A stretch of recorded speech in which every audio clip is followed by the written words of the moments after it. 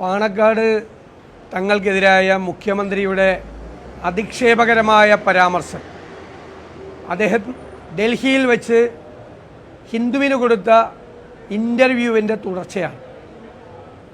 സംഘപരിവാറിനെ സന്തോഷിപ്പിക്കുന്നതിന് വേണ്ടിയിട്ടാണ് ഡൽഹിയിൽ ആദ്യം PR ഏജൻസി വഴി കേരളത്തെക്കുറിച്ചുള്ള അധിക്ഷേപകരമായ പരാമർശങ്ങൾ നടത്തിയ ഒരു ന്യൂസ് ലെറ്റർ നൽകിയത്.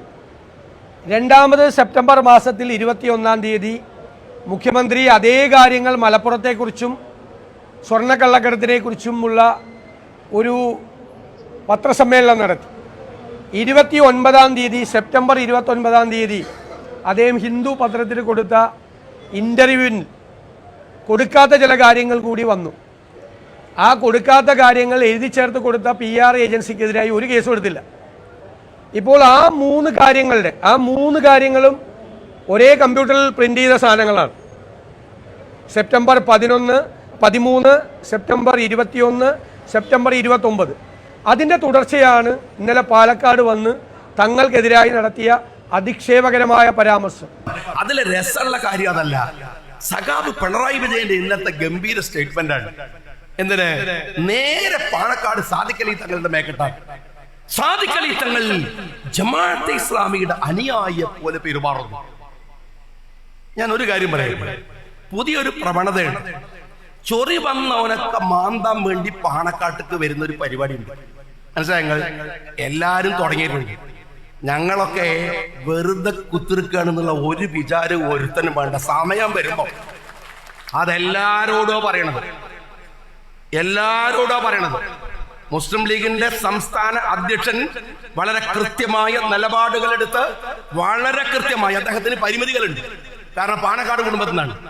ആ പരിമിതി ഒരു ദുർബലതയായിട്ട് മേക്കിട്ട് കയറാൻ വന്നാൽ കളിക്കുന്നവന്റെ ട്രൗസർ അഴിച്ചിട്ട് ഞങ്ങളുടെ വർത്താനം ഏർപ്പാട് നിർത്തുള്ളൂ.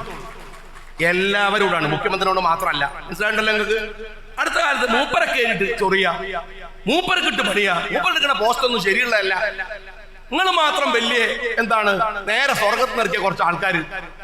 ഈ ജാതി വർത്താനമായിട്ട് വരുന്നവരോട് ഞാൻ പറയണത്, സാദിഖ് അലി തങ്ങൾ ജമാഅത്തെ ഇസ്ലാമിയുടെ അനുയായിയെ പോലെ എന്ന സംഘി ആഫീസിൽ നിന്ന് അതിനകത്ത് ചൊറി കുത്തി കുരുക്കുന്ന പിണറായി വിജയന് പോലെയല്ല, സംഘിയാണ് പിണറായി വിജയൻ എന്ന് പറയുന്നത്. ഇപ്പോഴത്തെ പാണക്കാട് തങ്ങൾ സാദിഖ് അലി തങ്ങളെ കുറിച്ച് ഒരു വാചകം ഞാൻ പറഞ്ഞു. ലീഗിന്റെ ചിലര് എന്തൊരു ഉറഞ്ഞു തുള്ളലാണ്. പാണക്കാട് തങ്ങളെ കുറിച്ച് പറയാനോ?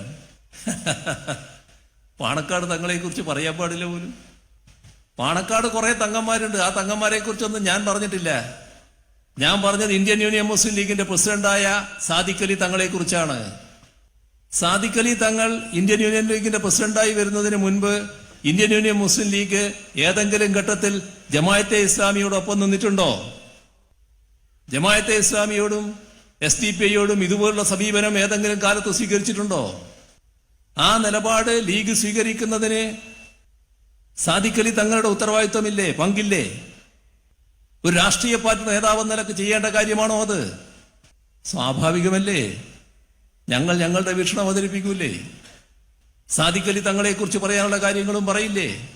സാദിഖ് അലി തങ്ങളെ കുറിച്ച് പറയാൻ പാടില്ല എന്ന് ലീഗിലെ ചില നേതാക്കൾ പറഞ്ഞാൽ അത് ഈ നാട്ടിൽ ചെലവാകൂ? ആരെങ്കിലും അംഗീകരിക്കൂ? ഞാൻ മറ്റു കൂടുതൽ കാര്യങ്ങളിലേക്കൊന്നും കടക്കുന്നില്ല. എന്തിനാണ് അങ്ങനെ ഒരു വെപ്രാളം ഉണ്ടായത്? ഏതെല്ലാം തരത്തിലാണ് പ്രതികരണങ്ങൾ വന്നത്? ആ പ്രതികരണങ്ങളുടെ അടക്കാൻ കഴിയൂ? ആ ഭാഷ ആരുടേതാണ്? അത് ചിന്തിക്കണം. അത് തീവ്രവാദികളുടേതാണ്. ആ തീവ്രവാദ ബന്ധത്തിന്റെ ഭാഗമായി തീവ്രവാദ ഭാഷയും കരസ്ഥമാക്കാൻ ലീഗിലെ ചിലർ നിൽക്കരുത്. അതേ അവരോട് പറയാനുള്ളൂ. ജമാഅത്തെ ഇസ്ലാമിയും SDPIയും ഒക്കെ പ്രതിനിധീകരിക്കുന്ന തീവ്രവാദ സ്വഭാവങ്ങളുണ്ടല്ലോ. ആ വർഗീയ തീവ്രവാദ നിലപാടിന്റെ ഭാഗമായുള്ള ഭാഷയും സ്വീകരിച്ചുകൊണ്ട് ഇങ്ങോട്ട് വരരുത്. അതൊന്നും ഗുണം ചെയ്യുന്ന കാര്യമായിരിക്കില്ല. ഞങ്ങളെല്ലാ വർഗീയതയ്ക്കും എതിരാണ്. RSSനെ ശക്തമായി ഞങ്ങൾ എതിർക്കുന്നുണ്ടല്ലോ. വിട്ടുവീഴ്ചയില്ലാതെയല്ലേ എതിർക്കുന്നത്? ഏതെങ്കിലും ഘട്ടത്തിൽ മതനിരപേക്ഷതയുമായി ബന്ധപ്പെട്ട പ്രശ്നത്തിൽ RSS നേതൃത്വത്തിൽ സംഘപരിവാർ കാണിക്കുന്ന വർഗീയ നിലപാടിനോട് സമരസപ്പെടുന്ന നിലപാട് CPIM ഏതെങ്കിലും കാലത്ത് സ്വീകരിച്ചിട്ടുണ്ടോ? ഇവിടെയുണ്ടോ? എവിടെയെങ്കിലും ഉണ്ടോ? ചൂണ്ടിക്കാണിക്കാൻ പറ്റുമോ? അതാണ് CPIMന്റെ പ്രത്യേകത. എന്നാൽ RSSനെയും സംഘപരിവാറിനെയും മാത്രമല്ല, ഞങ്ങൾ SDPIയെയും ജമാഅത്തെ ഇസ്ലാമിയെയും എതിർക്കും.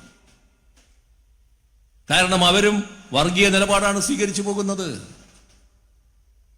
ആ വർഗീയ നിലപാട് വർഗീയത വളർത്താനേ ഉപകരിക്കൂ. ഏതൊരു വർഗീയതയും മറ്റൊരു വർഗീയതയെ ശക്തിപ്പെടുത്തുകയാണ് ചെയ്യുക. പരസ്പര പൂരകമാണിത്. അതുകൊണ്ട് തന്നെ ഒരു വർഗീയതയോടും ഞങ്ങൾക്ക് സന്ധിയില്ല.